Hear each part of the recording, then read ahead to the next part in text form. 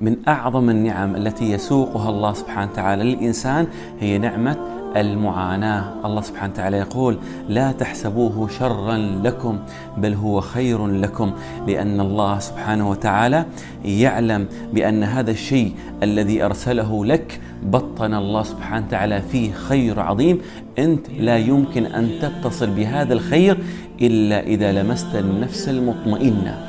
لأن الله سبحانه وتعالى عندما قال في سورة الواقعة: إذا وقعت الواقعة، في معاناة صارت، في مشكلة صارت، هذه المشكلة في ناس راح يستفيدوا منها وفي ناس ما راح يستفيدوا منها. إذا وقعت الواقعة ليس لوقعتها كاذبة خافضة رافعة، في ناس راح يستفيدوا من هذه المعاناة ويرتفعوا في حياتهم، وفي ناس راح ينخفضوا، لأن هؤلاء الناس لم يتعلموا الحكمة الإلهية.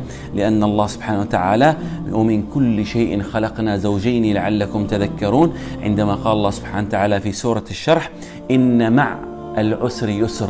ولكن الإنسان عندما يهدأ ويتصل ويلمس النفس المطمئنة مباشرة تأتيه الإلهامات من عند الله جل جلاله، ويصبح هذا الإنسان قادر أن يتطور في حياته. لأن المعاناة التي جاءتك على مستوى البدن معناتها هذا محفز لك عشان أنت تنتبه على غذائك وتنتبه على الحركة والرياضة والنوم. المعاناة التي جاءتك على مستوى الأفكار هذا محفز لك أنك أنت ترجع وتطهر أفكارك وتزكي نفسك.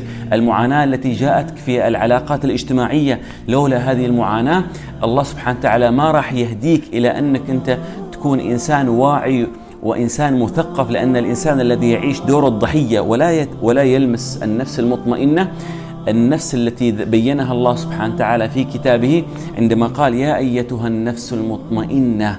لأن محصلة حياتي أن النفس مطمئنة بغض النظر عن الظروف اللي أنا أعيش فيها. لأن التحدي أني أنا أكون مطمئن مش لما كل شيء موجود معاي، التحدي أني أنا أكون مطمئن لما كل شيء ممكن ينشال من حياتي. لأن الله سبحانه وتعالى قال: ولنبلونكم بشيء من الخوف والجوع ونقص في الأموال والأنفس والثمرات وبشر الصابرين. من هم الصابرين يا الله؟ الذين إذا أصابتهم مصيبة قالوا إنا لله وإنا إليه راجعون. نحن يا رب عارفين أن كل شيء هالك إلا وجهك، ونحن كذا راجعين إليك، ونحن حتى وهذه الأشياء راحت من حياتي أنا لن أسمح لأي شيء يزعزع النفس المطمئنة اللي أنا أعيشها في حياتي. عشان كذا الإنسان المطمئن هذا الإنسان الذي يستطيع أن يخرج من الطبقات اللي هو فيها إلى طبقات أفضل وأجمل وإلى الحلول بمنتهى السرعة. لأن الله سبحانه وتعالى عندما قال: يا أيتها النفس المطمئنة ارجعي إلى ربك راضية مرضية فادخلي في عبادي وادخلي جنتي. الله سبحانه وتعالى راح يرضيك، يعني راح يرضيك في المصيبة أو في المشكلة اللي أنت عليها، ولكن بشرط أنك تصل وتتصل بالنفس المطمئنة. لأن اتصالك بالنفس المطمئنة هذه علامة حقيقية على إيمانك بأن الله على كل شيء قدير، إيمان حقيقي بأن الله سبحانه وتعالى على كل شيء محيط، وأن الله سبحانه وتعالى محيط وسميع وحسيب لكل الأشياء اللي تصير حواليك.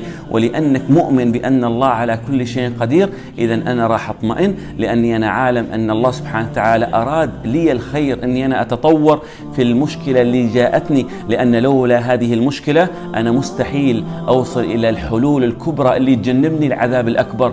والله سبحانه وتعالى بينها صراحة: ولنذيقنهم من العذاب الأدنى قال دون العذاب الأكبر لعلهم يرجعون.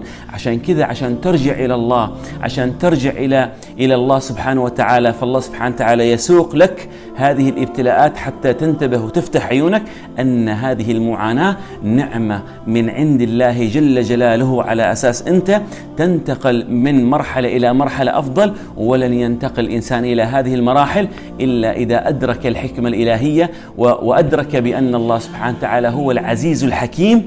عندما بين الله سبحانه وتعالى في كثير من الآيات عندما يحكم الله سبحانه وتعالى لهذا الإنسان الذي وصل إلى مرحلة السكينة، فراح تتفاجأ أن كل الأشياء اللي كانت ما تتغير راح تتغير، لأنك أنت اتصلت بهذه السكينة واتصلت بهذه النفس المطمئنة اللي مستحيل الله سبحانه وتعالى من يرضيك فيها. أتمنى الرسالة وصلت.